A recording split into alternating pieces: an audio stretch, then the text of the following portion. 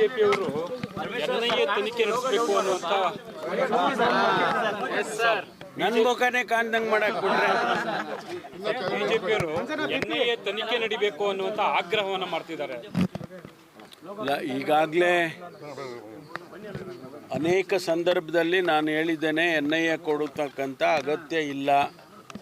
SITಯನ್ನು ಮಾಡಿದ್ದೇವೆ, SIT ಕೆಲಸ ಮಾಡ್ತಾ ಇದೆ. ಹಾಗಾಗಿ SIT ಕೆಲಸ ಮಾಡುವಾಗ ಇನ್ನೊಂದು ಏಜೆನ್ಸಿ ಕೊಡೋ ಅಗತ್ಯ ಇಲ್ಲ. ಇದನ್ನು ನಾನು ಹೇಳಿದ್ದೇನೆ, ಮಾನ್ಯ ಮುಖ್ಯಮಂತ್ರಿಗಳು ಹೇಳಿದ್ದಾರೆ. ಅದರಿಂದ ಅವರ ಬೇಡಿಕೆ, ಅವರು ದಿನನಿತ್ಯ ಇದನ್ನು ಬೇರೆ ರೀತಿಯಲ್ಲಿ ತೆಗೆದುಕೊಂಡು ಹೋಗ್ತಾ ಇದ್ದಾರೆ. ಅದಕ್ಕಾಗಿ ಅವರು ಡಿಮ್ಯಾಂಡ್ ಮಾಡ್ತಾರೆ. ನಾವು NIA ಕೊಡೋ ಅಗತ್ಯ ಇಲ್ಲ.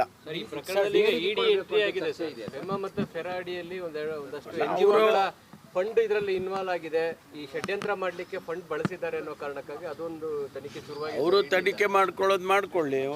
ಅವರು ತನಿಖೆ ಮಾಡೋದಕ್ಕೆ ನಾವು ಬೇಡ ಅಂತ ಹೇಳೋಕ್ಕಾಗುತ್ತಾ?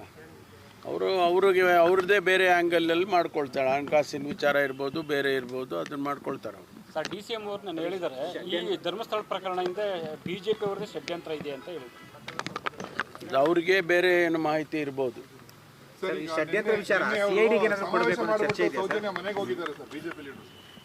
ಯಾರ ಮನೆಗೆ ಏನು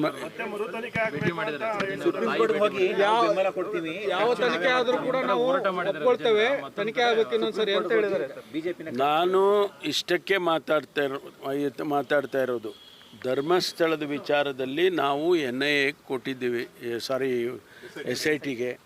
NIA ಕೇಳ್ತಾ ಇದ್ದಾರೆ, NIA ಕೊಡೋದಿಲ್ಲ. ಆಯಿತಾ? ಬೇರೆ ತನಿಖೆ ಮುಗಿಯೋವರೆಗೂ ಕೂಡ ನಾವು ಯಾವುದನ್ನು ವಿಚಾರಗಳನ್ನು ಹೇಳೋದಕ್ಕೆ ಬರೋದಿಲ್ಲ. ಪದೇ ಪದೇ ಹೇಳ್ತಲೇ ಇದ್ದೀನಿ ನಾನು. ಯಾಕೆಂದರೆ ತನಿಖೆಗೆ ತೊಂದರೆ ಮಾಡಬೇಕು ಅಂತಂದರೆ ಅದೆಲ್ಲ ಆಗ್ಬೋದು. ಆದರೆ ಇವರ ಉದ್ದೇಶಗಳು ಏನಿದೆ ಗೊತ್ತಿಲ್ಲ ನನಗೆ. ತನಿಖೆ ತೊಂದರೆ ಮಾಡಬೇಕು ಅಂತಿದ್ದಾರಾ ಇವರು? ನನಗೆ ಹಂಗೆ ಕಾಣಿಸ್ತಾ ಇದೆ. ಯಾಕೆಂದರೆ ಈಗ ತನಿಖೆ ನಡೀತಾ ಇದೆ, ತನಿಖೆಯಲ್ಲೇನು ಕೂಡ ತಪ್ಪಿಲ್ಲಲ್ಲ. ತನಿಖೆನಲ್ಲಿ ಏನಾದ್ರು ತಪ್ಪಿದೆಯಾ? ಆ ಪ್ರಶ್ನೆ ಯಾವಾಗ ಬರುತ್ತೆ ಅಂತ ಹೇಳಿದ್ರೆ, ನಾವು ಇನ್ನೊಂದು ಏಜೆನ್ಸಿ ಕೊಡಬೇಕು ಅನ್ನುವಾಗ ತನಿಖೆಯಲ್ಲಿ ತಪ್ಪಿದ್ರೆ ಇನ್ನೊಂದು ಏಜೆನ್ಸಿ ಯೋಚನೆ ಮಾಡ್ಬೋದು. ಆ ತಪ್ಪು ಯಾವುದು NIAದಿಂದ ಆಗಿಲ್ಲಲ್ಲ, SITಯಿಂದ. SITಯಲ್ಲಿ ಯಾವುದೇ ಆಗಿಲ್ಲ.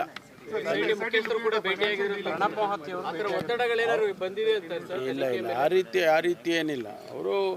ನಾವು ಬೇರೆ ಬೇರೆ ವಿಚಾರಗಳಿರೋದಿಲ್ವಾ ಚರ್ಚೆ ಮಾಡೋದಕ್ಕೆ? ಬರೀ SIT ವಿಚಾರಗಳನ್ನೇ ಚರ್ಚೆ ಮಾಡೋದಕ್ಕೆ ಮಹಂತಿಯವರು ಬರೋದಿಲ್ಲ. SIT ಒಂದು ಭಾಗ, ಅವರಿಗೆ ಬೇರೆ ಬೇರೆ ಕೆಲಸಗಳ ISD ಇನ್ಚಾರ್ಜ್ ಇದ್ದಾರೆ, ಅವರಿಗೆ ಬೇರೆ ಬೇರೆ ಕೆಲಸಗಳನ್ನು ಕೂಡ ಕೊಟ್ಟಿರ್ತೀವಿ. ಅದಕ್ಕೆ ಬ್ರೀಫ್ ಮಾಡೋಕ್ಕೆ ಬರ್ತಾರೆ. ಸರ್, ಸೌಜನ್ಯ ಕೇಸಲ್ಲಿ ಕೂಡ ಇನ್ನೊಬ್ಬ ಮಹಿಳೆ ಬಂದು ಹೇಳ್ತಾ ಇದ್ದಾರೆ, ಸರ್ ನಾನು ಆವತ್ತು ನೋಡಿದ್ದೆ, ನಾನು ಕೂಡ ಸಾಕ್ಷಿಯಾಗಿದ್ದೆ ಅನ್ನೋಂಥದ್ದು. ಅವರು ಕೂಡ ತನಿಖೆ ಆಗ್ತಾರೆ ಸರ್? ಅದೆಲ್ಲ SIT ಗಮನಿಸುತ್ತೆ, ಅದೆಲ್ಲವನ್ನು ಗಮನಿಸ್ತಾರೆ. ಸರ್, ಆಮೇಲೆ ಈ ಧರ್ಮಸ್ಥಳ ಪ್ರಕರಣ RSS ಮತ್ತೆ ಬಿಜೆಪಿ ಗಲಾಟೆ ಅಂತಾನೂ ಕೂಡ ಕೆಲವರು ಮಾತನಾಡ್ತಿದ್ದಾರೆ. ನಿಮ್ಮ ನಾಯಕರುಗಳು ಕೂಡ ಈ ಬಗ್ಗೆ ಯಾರು ಮಾತಾಡಿದ್ದಕ್ಕೆಲ್ಲವೂ ಕೂಡ ನನ್ನಿಂದ ಉತ್ತರ ಸಿಕ್ಕಲ್ಲ. ಅದಕ್ಕೆ ನಾನು ಪ್ರತಿಕ್ರಿಯೆಯನ್ನು ಮಾಡೋಕ್ಕೆ ಹೋಗೋದಿಲ್ಲ. ನಮ್ಮ ಕೆಲಸ ಏನಪ್ಪ ಅಂತ ಹೇಳಿದರೆ, SIT ಮಾಡಿದ್ದೀವಿ, SIT ತನಿಖೆ ಆಗಬೇಕು, ವರದಿ ಬರಬೇಕು. ಅದು ಬಿಟ್ಟು ಬೇರೆ ಏನಕ್ಕೂ ಕೂಡ ಅವರು ಏನೋ ಹೇಳಿದ್ರು, ಇವರೇನೋ ಹೇಳಿದ್ರು, ನಾನು ಒಬ್ಬ ಗೃಹ ಸಚಿವನಾಗಿ ನಾನು ಅದೆಲ್ಲದಕ್ಕೂ ಕೂಡ ರಿಯಾಕ್ಟ್ ಮಾಡಕ್ಕೆ ಹೋಗೋದಿಲ್ಲ. ಬಿಜೆಪಿಯವರ ಹೋರಾಟಕ್ಕೆ ವಿದೇಶದಿಂದ ಹಣ ಬರ್ತಿದೆ ಅಂತ ಹೇಳಿ, ಅದ್ರ ಬಗ್ಗೆ ತನಿಖೆ ಆಗುತ್ತಾ ಅಂತ? ಈಗ ಅವರು EDನವ್ರು ಬಂದಿದ್ದಾರೆ ಅಂತ ನೀವೇ ಹೇಳಿದ್ರಲ್ಲ.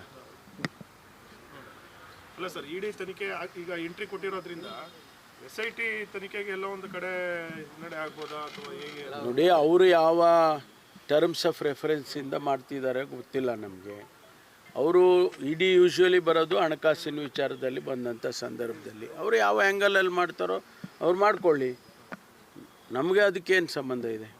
ಸರ್, ಇದುವರೆಗೂ ಅಂಥದ್ದೇನು ಕಂಡು ಬಂದಿಲ್ವಾ ಸರ್? ವಿದೇಶಿ ಕರೆನ್ಸಿ ಇಲ್ಲಿ ಬಂದಿರತಕ್ಕಂಥದ್ದು ಅವರಿಗೆ ಕೊಟ್ಟಿರೋ ಟರ್ಮ್ ಆಫ್ ರೆಫರೆನ್ಸ್ ಏನಂದರೆ, ಅವರು ಏನು 164 ಸ್ಟೇಟ್ಮೆಂಟಲ್ಲಿ ಆ ವ್ಯಕ್ತಿ ಚಿನ್ನಯ್ಯ ಹೇಳಿದ್ದಾನೆ, ಅದನ್ನು ಮಾತ್ರ ನೋಡ್ತಿದ್ದಾರೆ ಅವರು.